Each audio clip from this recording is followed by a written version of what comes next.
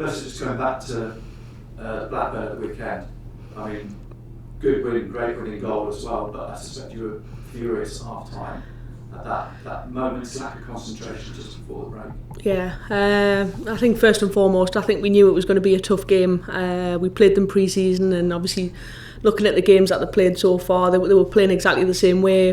They tried to frustrate you, tried to deny space in behind, and it was a real lapse of concentration. I think from our goal kick originally, we give away a silly free kick and then obviously not defended it very well, and we spent all morning actually going through defending free kicks, just getting our set up right and roles and responsibilities to make sure there's real clarity going forward, because we certainly don't want a repeat of what happened. Because then they got a free kick right at the death as well. I wonder what was going through your mind at that point, having seen what happened at the end of the first half. Yeah, set pieces were really, we practiced them, we rehearsed them, and they're huge in the women's game. A lot of goals are scored off set pieces, so normally our structure is really good, and we don't often concede from set pieces, so it's something we're proud of, and we just wanted to address that little mistake so it doesn't happen again. Big win though, because of these 3 games we've talked about, because these are the 3 ostensibly struggling teams, so it was quite critical to start that little run with 3 points. Yeah, it was important. It wasn't a banana skin, because we know all the teams above have beaten them previously, so we had to go and make our mark in the game, and we had to make sure we were at our best or better than them in order to get a result. And 2 good goals, I thought. I thought we were good value for the 3 points. It could have been more on another day. We could have been more ruthless in front of goal, but we got the job done. Everyone talks about Chris Reay in the men's 17-year-old, but you've got your own 17-year-old weekend and solid. I mean, that's an impressive, mature display. Yeah, we obviously had Jessie suspended, and Grace McCarthy was unavailable for selection due to some previous things she had in her diary. So up stepped Ella West, and thought defensively she was solid. And like I said after the game, she's been with us for a while now in terms of being in and around our environment, and I think that's really important, because she's got to feel comfortable with the players that she's playing with, and the players trust her, because we've seen how good she is. And yeah, I was delighted for her. It's difficult. Not many 17-year-olds playing at that level in the championship, but she held her own.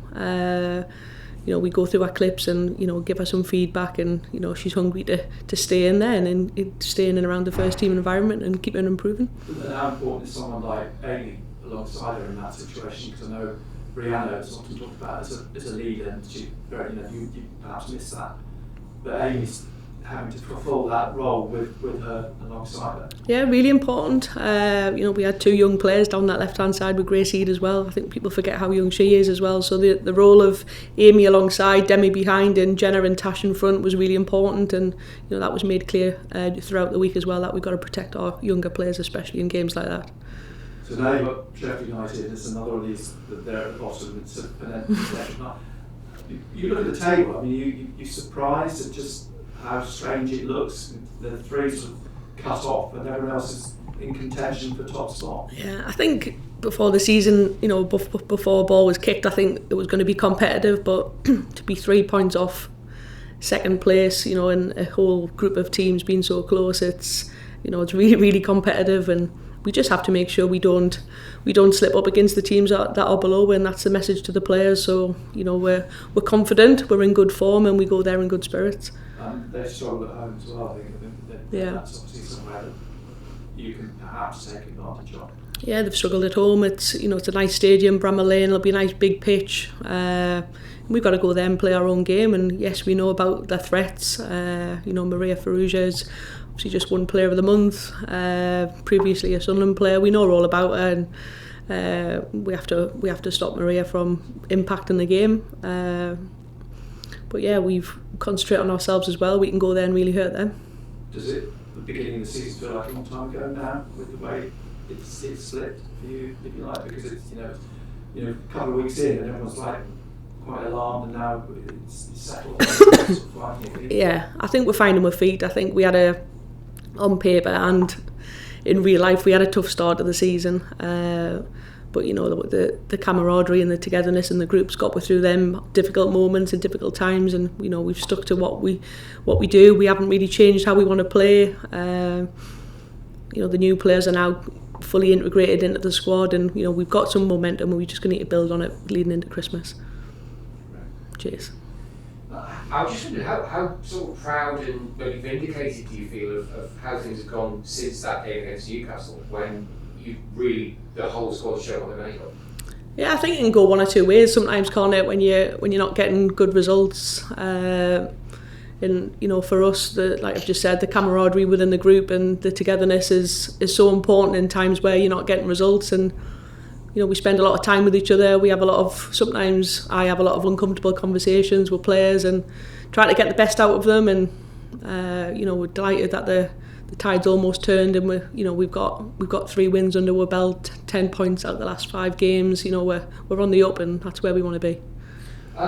Looking at the table, I think it's Birmingham's weekend off, so it's likely to get even more concertinas amongst the top 8.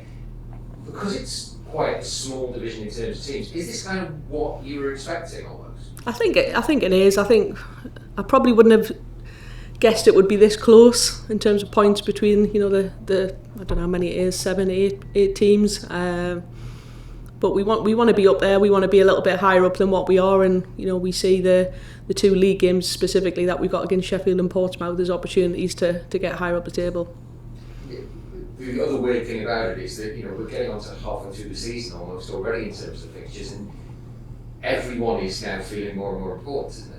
Yeah, I mean, if we can pick up 6 points in the next 2 games, we've probably had a good start to the season. Albeit the 2 games that we had right at the beginning, and we've then got to kick on after the new year. So these games are really important. They're probably really tough games, probably harder than the games we had at the beginning of the season, because the pressure that comes with winning and where we want to be.